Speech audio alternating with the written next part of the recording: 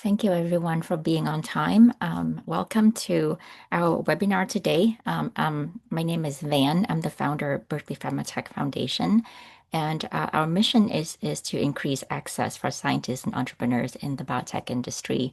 I draw inspiration from my years of doing startups and working through just the first steps in building a company, and I know how tough that can be.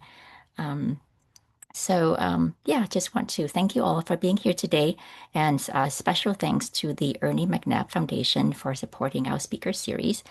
Today we have Michelle Florendo, MBA, who's the founder of Powered by Decisions LLC, and she's going to be diving in and talking about how to make executive decisions with confidence. Michelle, please take it away. All right. Well, again, thank you all for being here with me this morning. It's always fun to have a live audience, especially if you have any questions that bubble up. There will be dedicated time in the back half of this hour to ask those questions. But I also wanted to extend my thanks to Van Luan for bringing me here. I find that it's always great to work with communities of founders because it's one, so inspiring, the types of things you all are working on. And two, I find the community aspect is so important because oftentimes you are in the midst of just the companies you are working on. It can feel very lonely. And so I love what Van Loan's doing here, bringing you all together. I love that you all have one another that you can, you know, be thought partners with, bounce ideas off of. I hope that some of the things that I teach today can be things that you use in conversations going forward if ever you need a thought partner on big decisions that you are making. And so, with that, I will be keeping a little bit of an eye on the chat and actually will be asking you to put things in the chat because I love to see what's on your mind. And so, just know that that is a place where you can put comments, questions, although questions, like I said, there will be time at the end for open Q&A. All right. And so first thing I'm going to do, I'm going to go ahead and share my slides. So today we are talking about making executive decisions with confidence. And also, if you want to connect with me afterwards, if you scan this QR code, it'll lead me to where you can access my podcast, connect with me on LinkedIn, and just learn more about the ways in which that I can support founders and entrepreneurs. And so the first thing that I want to ask is, how do you typically make decisions? If you could describe how do you typically make decisions, go ahead and just put that in the chat. I know over the years that I've been coaching both leaders in corporate and entrepreneurs, I've seen a wide range of approaches. And so how do you typically make decisions? If you are someone who loves just thinking through it, put that in the chat. If you're someone who typically follows your gut instinct, put that in the chat. Sounds like, oh, I'm seeing some of these things come through. Van says, think through it and then use a sounding board. Anatoly says, intuitive feeling followed by conscious justification. Serena follows her instinct. What else? Other people in the room. How do you typically make decisions? And also, I'll say, if it's taking you a little while to think about it, it's okay. One of the things that I find really interesting is that even though decision making is something that everyone does across all aspects of life, whether it's work or in your personal life, it's actually very rare that people pause to think about how they make those decisions. And that's why I wanted to give you this opportunity to think about it. Let's see other responses from the chat. I see first defining priorities. Ooh, yes, we will get to that later as part of a framework. Estelle talks about brainstorming. Sedona talks about, ooh, urgency, like that feeling of urgency. Brittany talks about combo of using historical data, consulting with others and brainstorming, using my experience. Great. So like different types of data, both individual, historical, and then social. Awesome. At this time, I mainly use Gen AI tools like Claude, ChatGPT, and Perplexity. I would be really curious to talk, Tomas, about how you're using those tools because I find AI can be a great tool if targeted in use towards certain aspects of a decision. GOT is guided by data, conversations with experts if needed, and intuition. I love the interaction in the chat too. I think it's great to see, oh, okay, yeah, who has similar profiles and methods of decision making here. Okay. So this is great. I always like to start with understanding who is in the room. Where do you already sit when it comes to decision making? And I feel like it'd probably be a good idea to share some about me and the perspective that I'm coming from when it comes to decision making. And so a little bit about me and how I talk about decision making. Uh, so I am a Stanford trained decision engineer. I started my career studying engineering at Stanford. And it's funny because people ask me, how did you decide to specialize in decisions?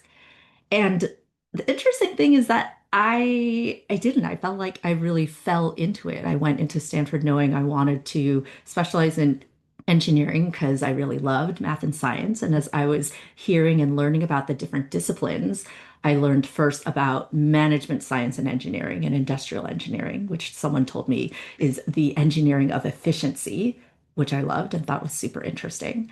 And then within that department, there was this particular concentration called finance and decision engineering.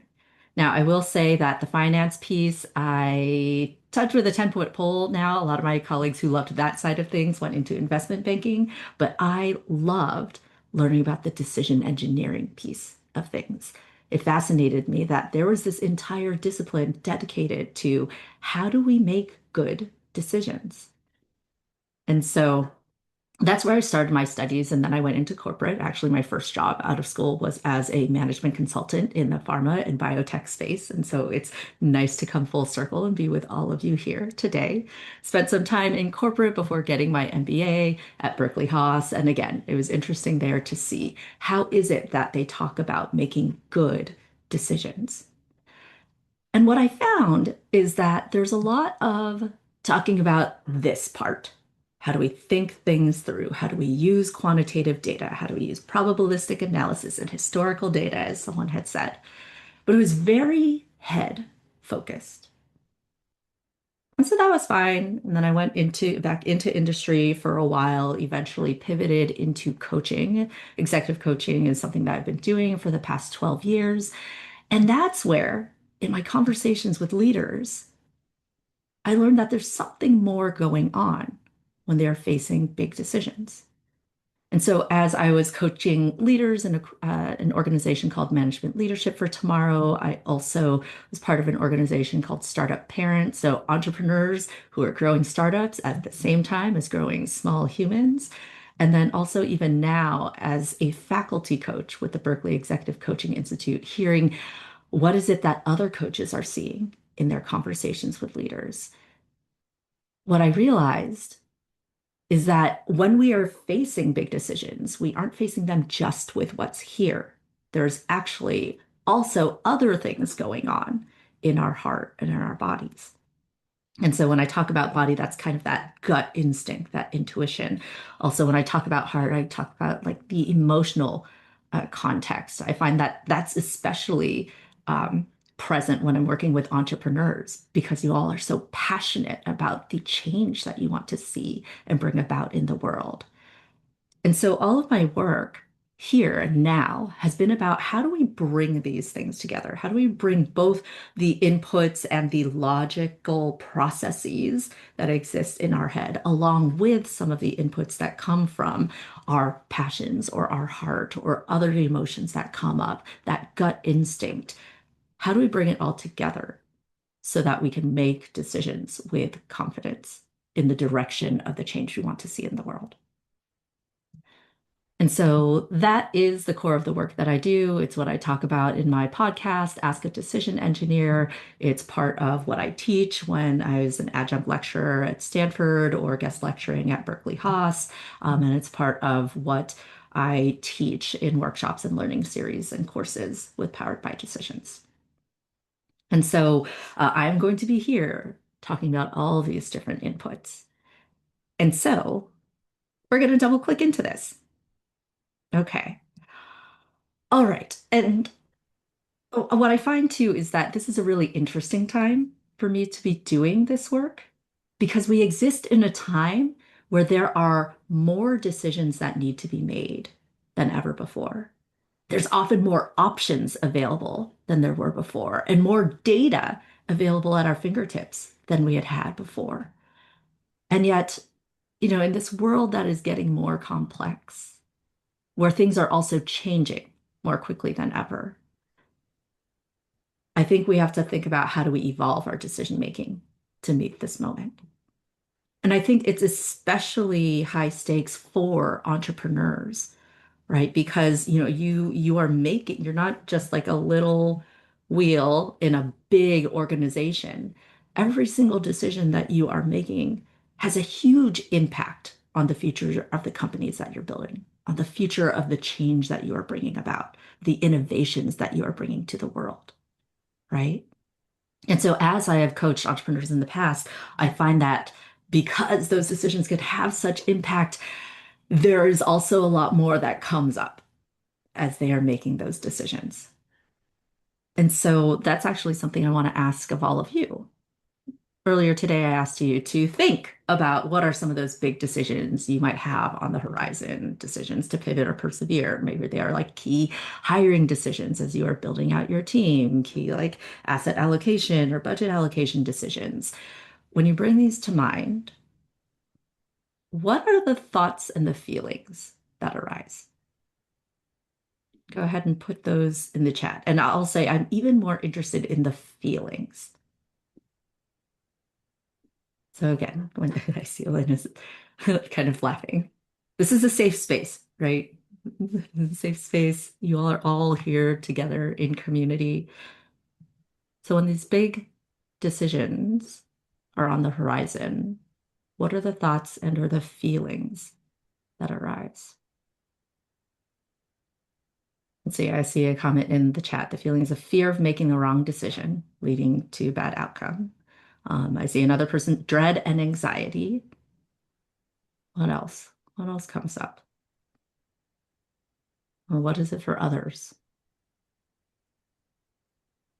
There's a +1 on the feeling of fear of making the wrong decision. Comments around unprepared, lack of confidence. Am I qualified to contribute to it? Oh, interesting. A version of imposter syndrome. Anxiety, unsure. I'm seeing some themes here. And it's part of the reason why I asked this question. Because again, as we're moving through the world, I find a lot of people don't stop to think about how they make decisions. And then also, I find that rarely do we have spaces where we can talk about what's really happening as we are needing to make these decisions. And I hope that all of you who are here are seeing in the chat that there are common threads. So if you have ever felt the fear of making the wrong decision or fear of a bad outcome or anxiety or feeling unsure, you are not alone. These are very natural things that happen. And I will say I've asked this question of many different audiences throughout hundreds of workshops, and all of these same themes come up. And so, oh, interesting. Tend to overweight the negative outcomes versus the positive paths. Ah, if we have time at the end, I might talk about the relief regret framework to help balance that. But okay, so I'm seeing a lot of the fear, the anxiety, just like type +1 if this thought, I don't want to make the wrong decision, is one that you've had before. I even see some people nodding. Yes. Jacqueline says, oh, +100, +1. Okay. All right. So this resonates. So I want to start here because I think the move from this place of anxiety and fear of making the wrong decision to feeling more confident is about double clicking into this thought or feeling. I don't want to make the wrong decision. Now tell me what makes a decision wrong. Put that in the chat. What makes a decision wrong? We don't want to make a wrong decision, but let's get explicit. And this is what a lot of my work is, making the implicit explicit. So we don't want to make a wrong decision. What what is a wrong decision? What makes a decision wrong?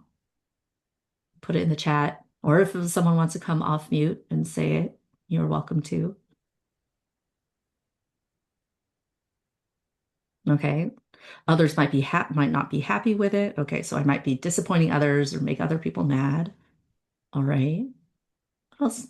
Like when we think of what makes a decision wrong, irreversibility and loss of optionality. Okay.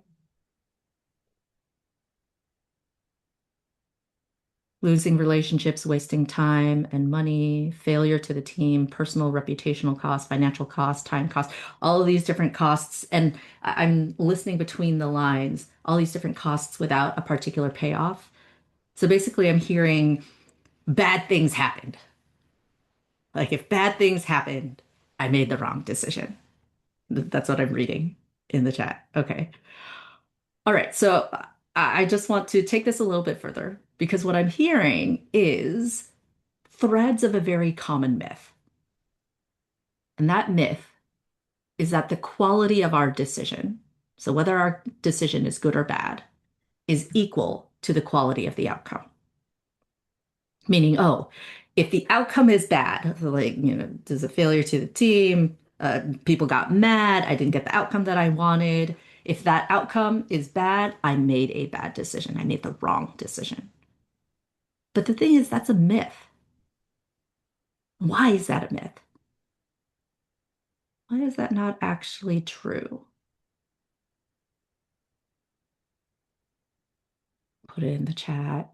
Any thoughts here?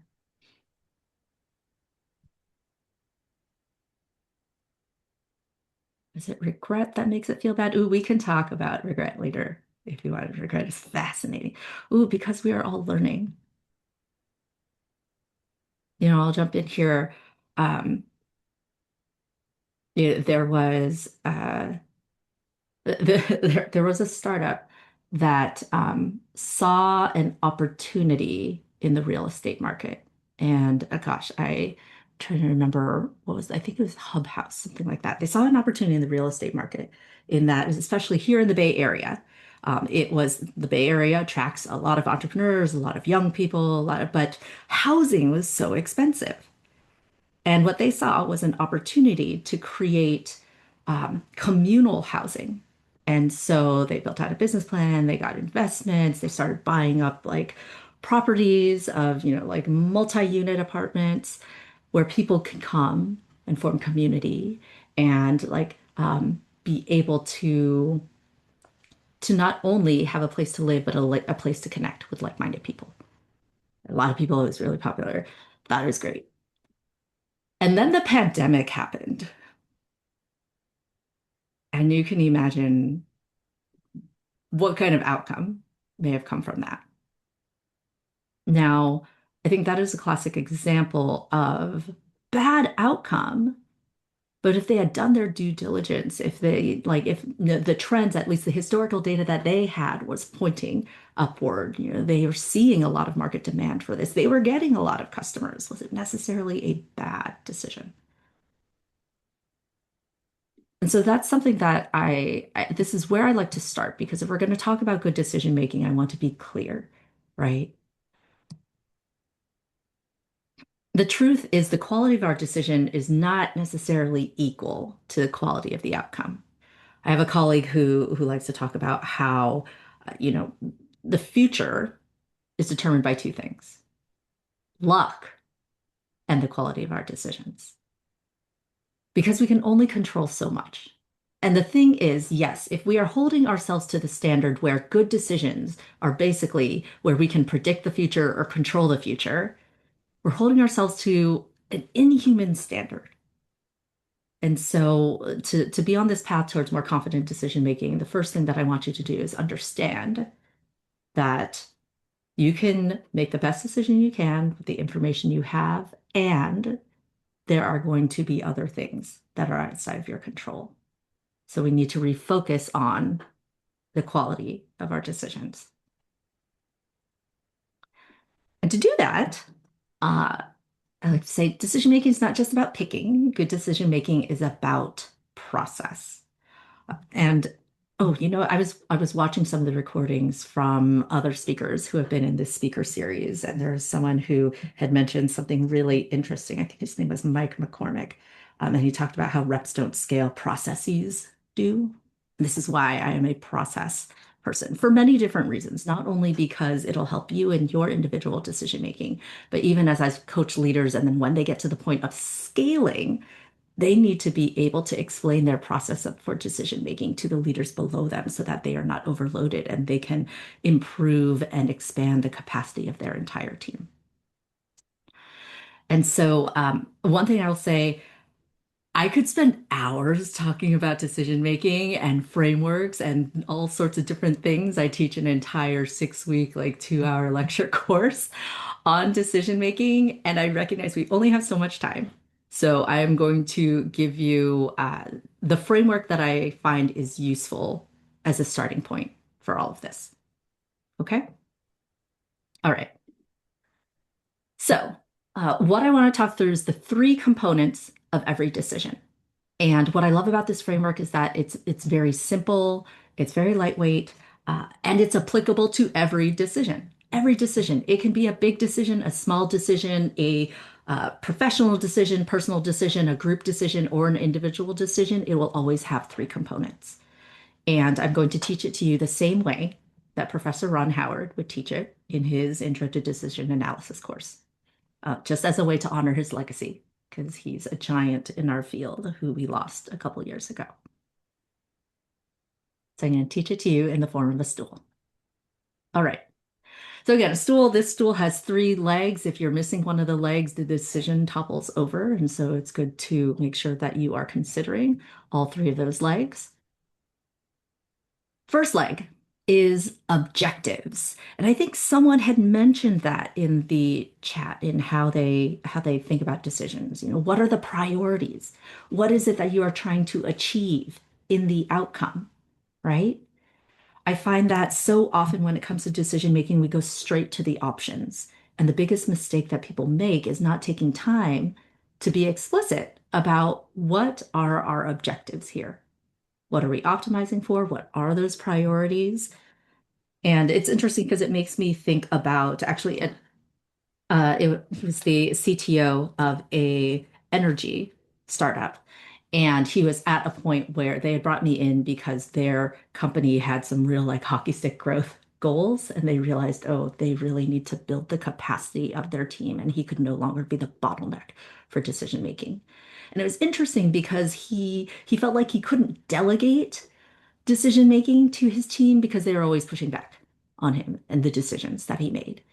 And what we realized was what was happening was that his team, he wasn't giving his team the full picture of the various objectives he was trying to balance, the trade-offs he was trying to make, the tension between the priorities that they had in terms of, what methods and investments would produce good science, but also how do we make sure that we maintain enough runway to continue to exist as a company? They didn't really understand the latter. And so once he was able to be much clearer about the objectives that he was weighing in all of these different decisions, his team was better able to kind of download his way of decision making and the way to think, the way that he wanted them to think about decisions. And once that happened, he was better able to delegate decision making. And so objectives are so important because it's good for you to know, but also for the organization to know and to really be explicit about what they are. So that's one of the legs of every decision.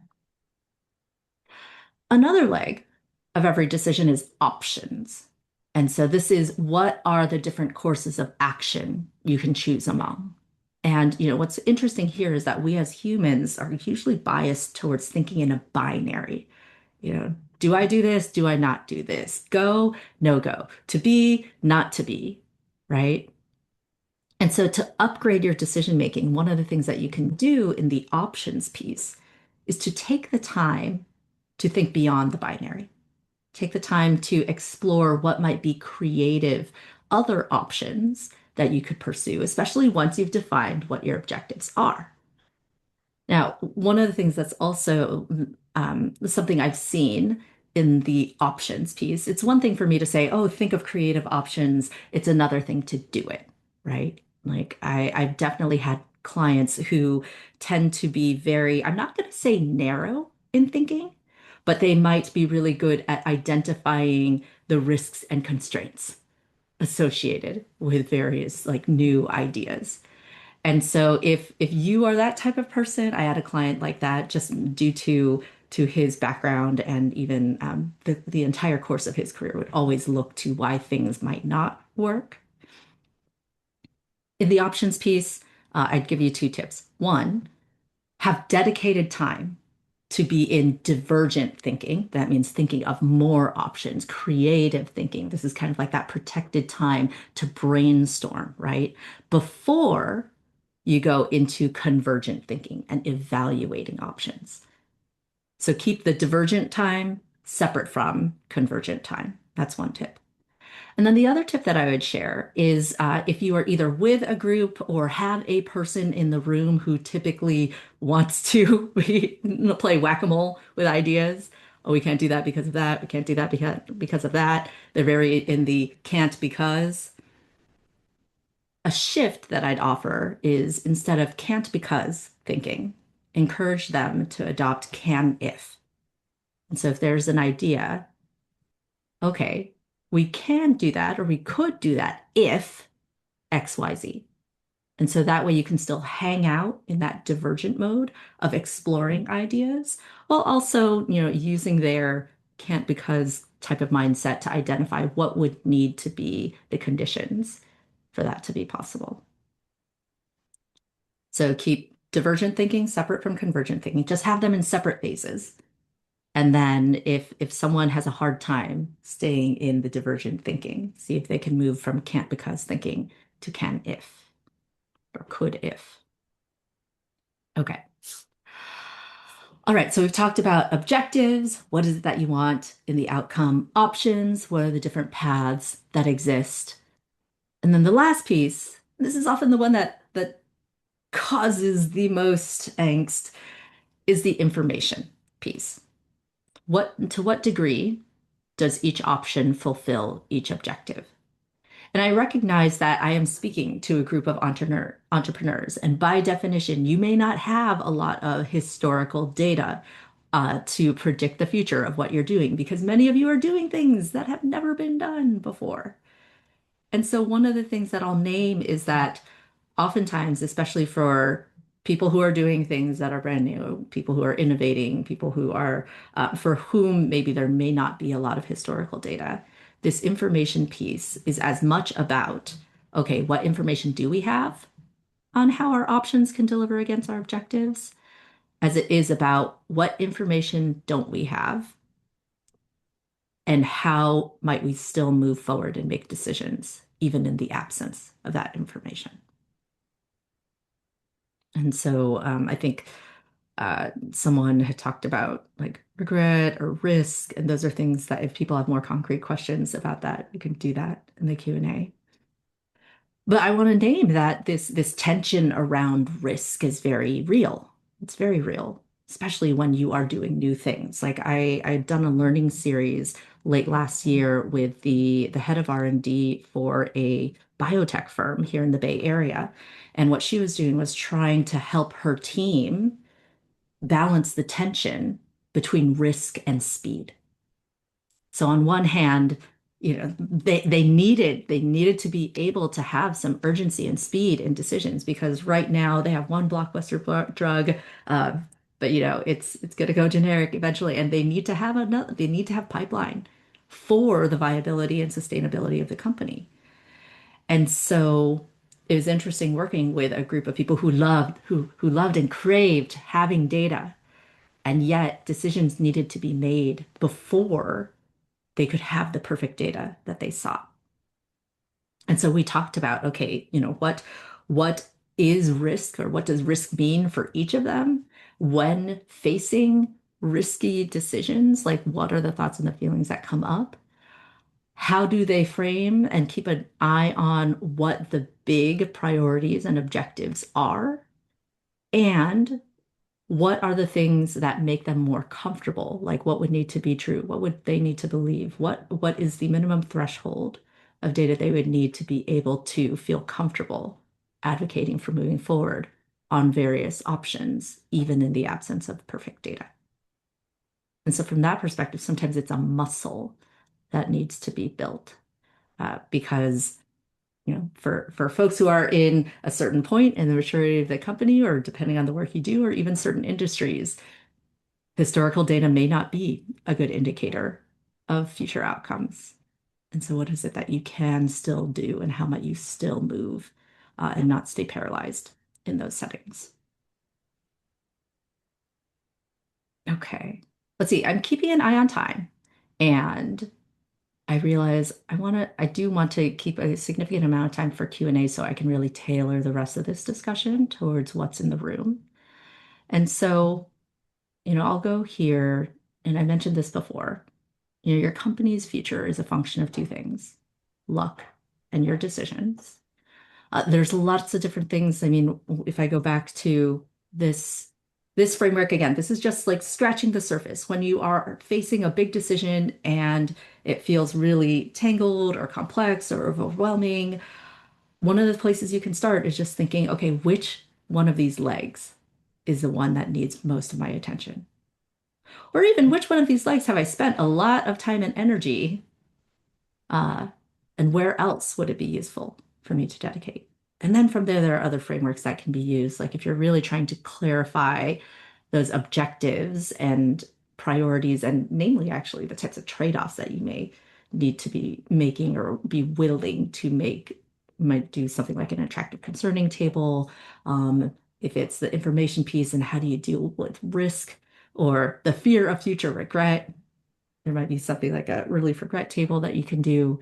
But I just want to say that there are ways that you can break these big decisions down into its component pieces, and getting used to using a process, noticing what's present and feeding that back into your process is where you can really build that muscle for decision making with confidence. Um, One of the things I realized I didn't have, I'm looking at my slides and I don't know where it went. So I'm going to put this in the chat. We talked about the quality of decisions earlier, right? That myth between thinking that the quality of the outcome is equal to the quality of the decision. And that can produce a lot of anxiety, a lot of stress, a lot of paralysis sometimes. And so, what I want to offer you instead is you have to be able to define the quality or assess the quality of your decision at the point in time that you make it. And so I'm going to drop decision quality statement exercise in the chat. And so if you're thinking back to the big decision you have on the horizon that you need to make, that maybe it's hard to kind of like take action on, I want you to complete this sentence. I can move forward owning this decision because. So when you complete that statement, I can move forward owning this decision because, and this is not going to be, I can move forward owning this decision because I can predict the future, or I can move forward owning this decision because I know I can achieve this specific outcome, right? Because you have to be able to assess the quality of your decision at the point that you make it. So how might you finish the sentence? Is it because I can move forward owning this decision because I was very clear and explicit about what my objectives are? Is it I can move forward owning this decision because I thought through not only the downsides, but also the upsides? And the possible upsides are worth the risk? Is it I can move forward owning this decision because I thought beyond the binary and explored some more creative options? Right? And so, um, when it comes to being able to make decisions with confidence, part of it is being able to define decision quality for yourself. And so I think this is the last little piece I'll give you before we move into Q&A.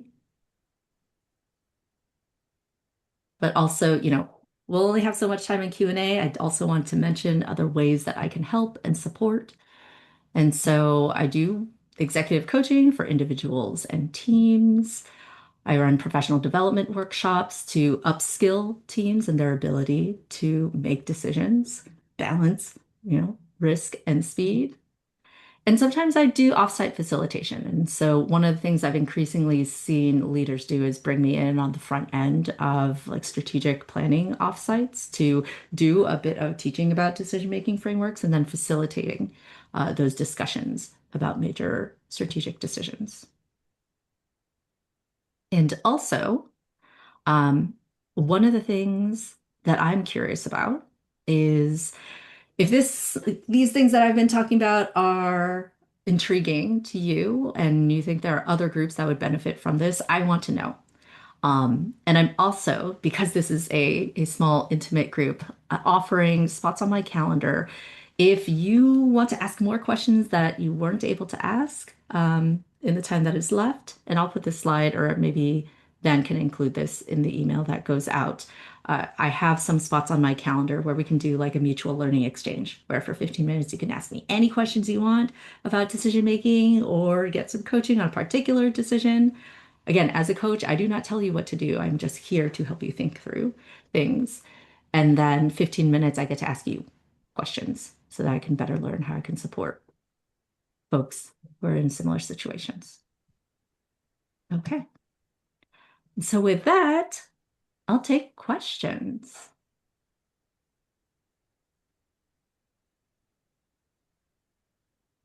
Questions. Take down my slides so I can see who is here in the room. I know there's some folks who joined. And so, for example, hi, Brittany. Hi, Bruce. Hi, Avi. Hi, Moira. Hi, Minjean. Hi, Matilda. What questions do people have?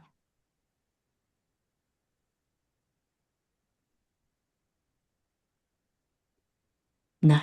I answered all the questions. You are fully confident to make decisions going forward. Amazing. I did my job.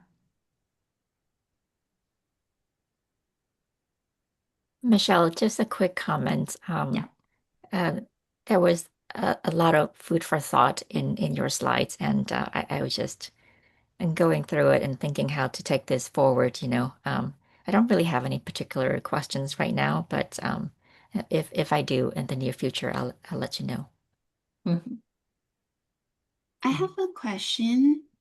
Mm-hmm. So, with all of the careful framework that you provided, and you are confident making one decisions and you go for it, and the outcome doesn't turn out to be, how you want it, how do you recover from that decision that you've made, especially with, the team and the direction of the company? Mm-hmm. How would you bounce? Yeah. Yes.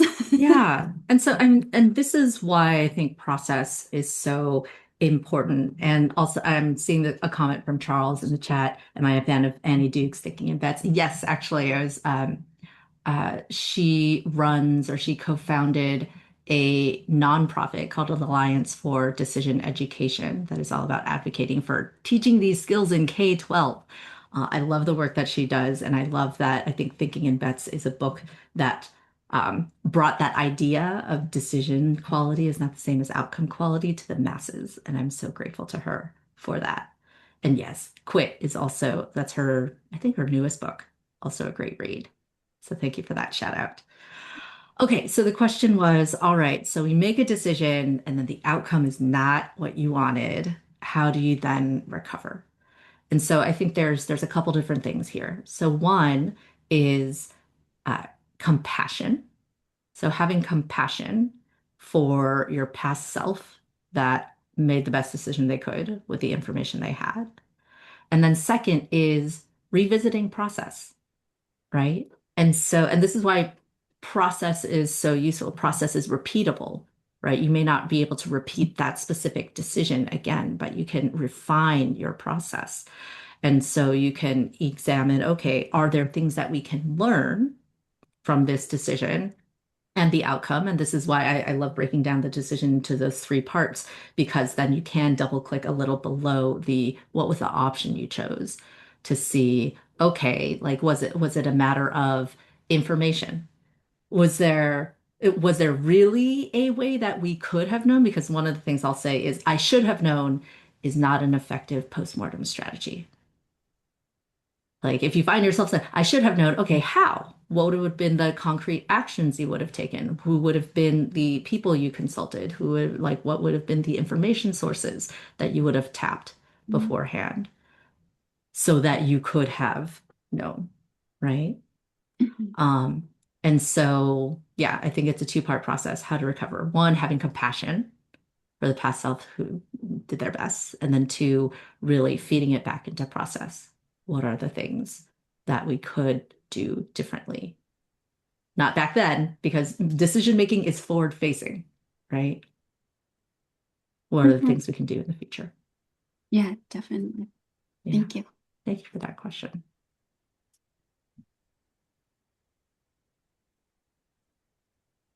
What else?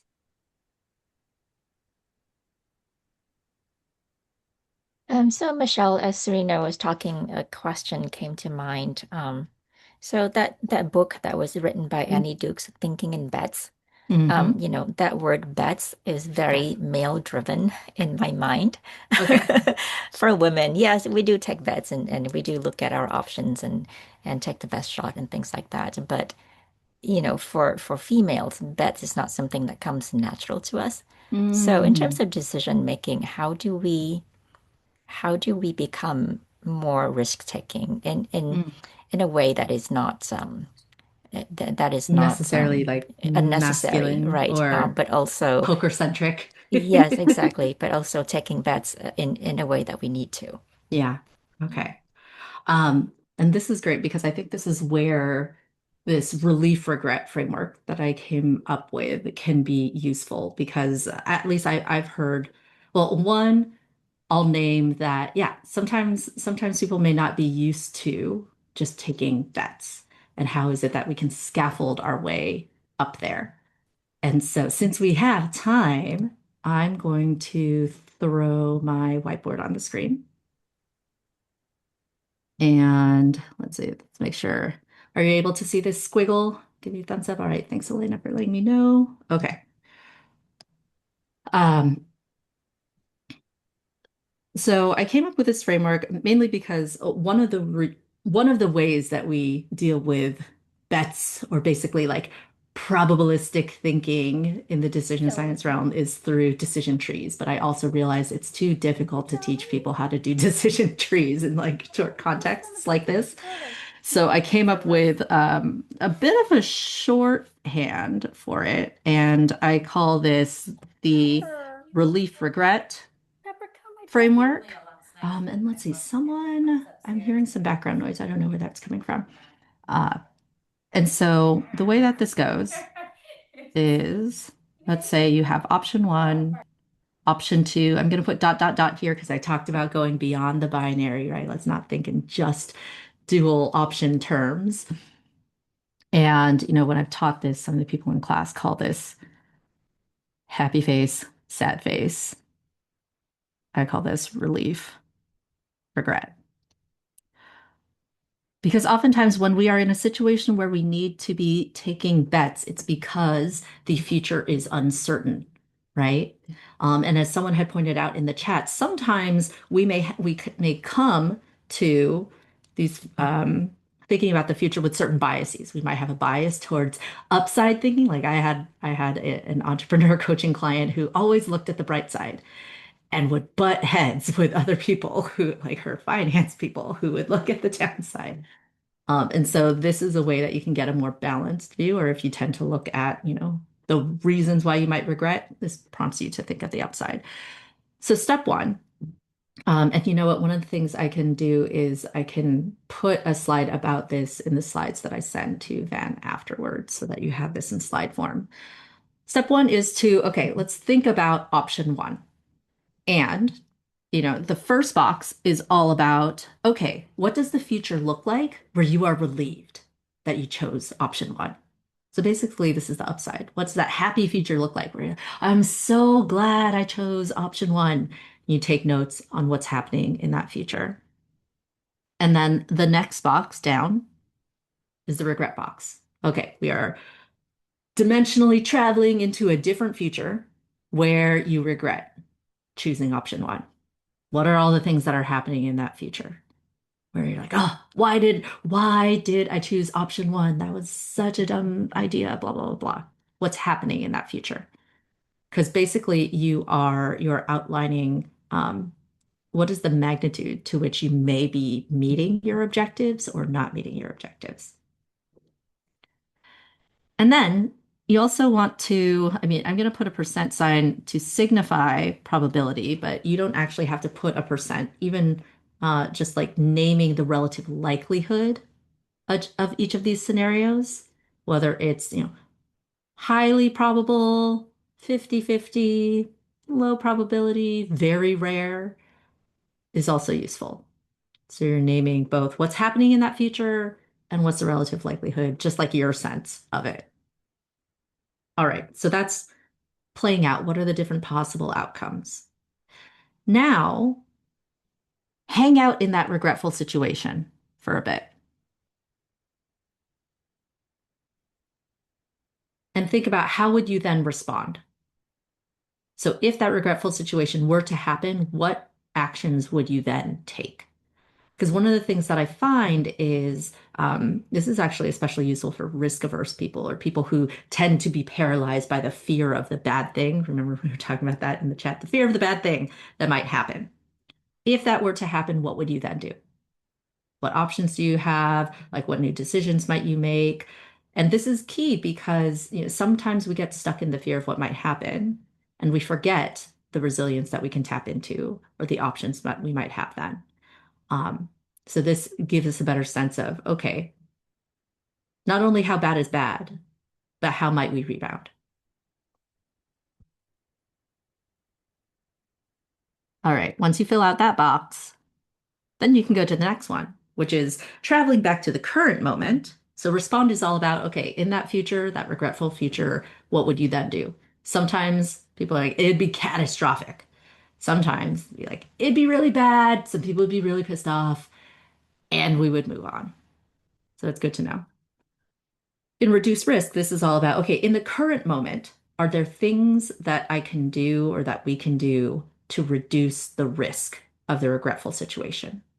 And now risk has two components, magnitude and likelihood. And so reducing risk can be reducing either one of those or both. Can I reduce the amount of badness or can I reduce the likelihood that we might actually get to that super bad situation? And so you fill out all of these different boxes for option one, and then you do the same for option two and option three if you have a third option. And then getting back to, Van's question about, how for someone who doesn't really bet or that just feels not like an authentic experience for one, um, once you fill out these boxes for each option, then the question you ask yourself is, okay, which column of possibilities am I most willing or comfortable to step into? Because then and this question is not one that you actually answer here. Actually tune in. And this is part of that, how do you bring, because right now what we're doing here, it's a lot of heady stuff. It's a lot of the slow thinking, if you've ever read Thinking Fast and Slow. And when it comes to action, especially in uncertain situations, sometimes we need to tap into a different way of knowing. And so once we do the slow thinking, we fill out all the boxes, then you can ask yourself, okay. And sometimes I'll have clients like physically stand up and step into column one and that set of possibilities. What does that feel like for them? And then step back into the neutral position and step into column two. What does that feel like?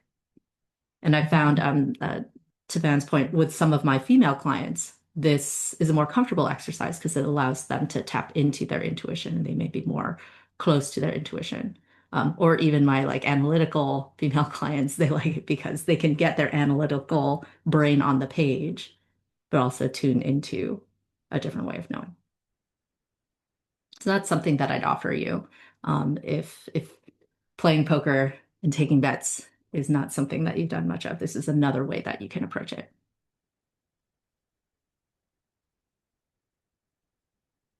Let's see. Chat. All right, so I see a question in the chat. Hi, Michelle. Fear setting. How do you address that as part of the process? Oh, I'm so glad that you asked this because I realized I didn't really dig into the emotional part. Like, how do we make sense of what's happening? And so, uh, one of the things I'll say, and this goes for any emotion, it's useful to, one, notice and name the emotion. And notice how I actually had everyone in this room do that at the beginning of this presentation, because I want to admit that some people are not yet practiced at that. And so step one, when dealing with emotions that are present, notice and name. Because that does a couple different things. One, it creates some distance. And so anyone who's done like any sort of mindfulness practices, noticing and naming may sound familiar. And it allows you to, if emotions were like,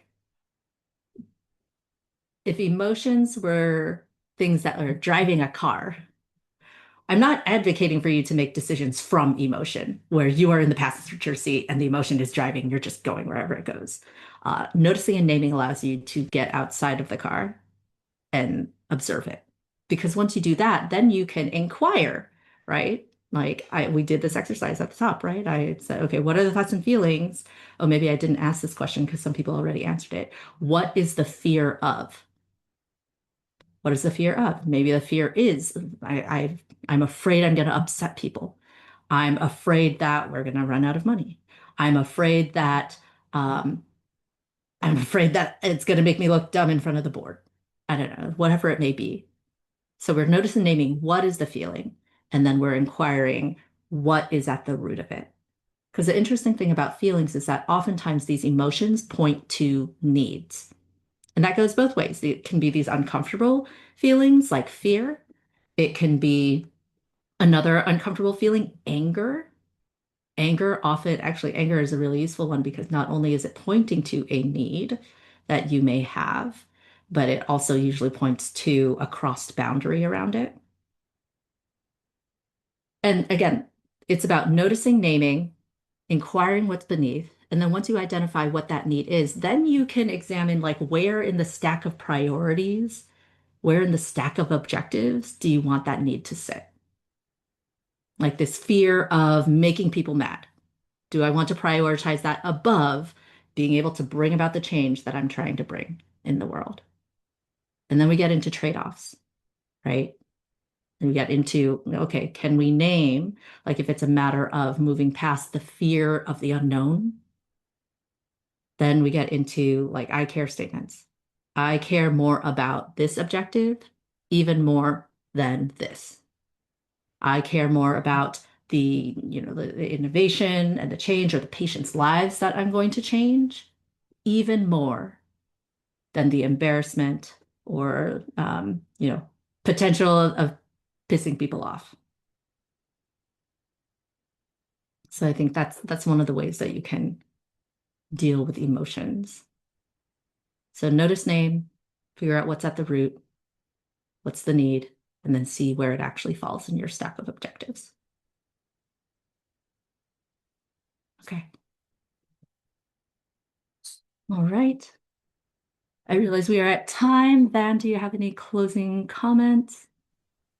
Yeah, I just want to say thank you, Michelle, for coming and enlightening us today. And just to let you know, our upcoming talk is going to be taking place on February 17th. It's 2 weeks from now at the same time, 10 a.m. And at that time, Lieza Danan, who's doing a startup in oncology, is going to be talking about her journey. So thank you all for coming and see you soon. Thank you all for the work that you do. Take care.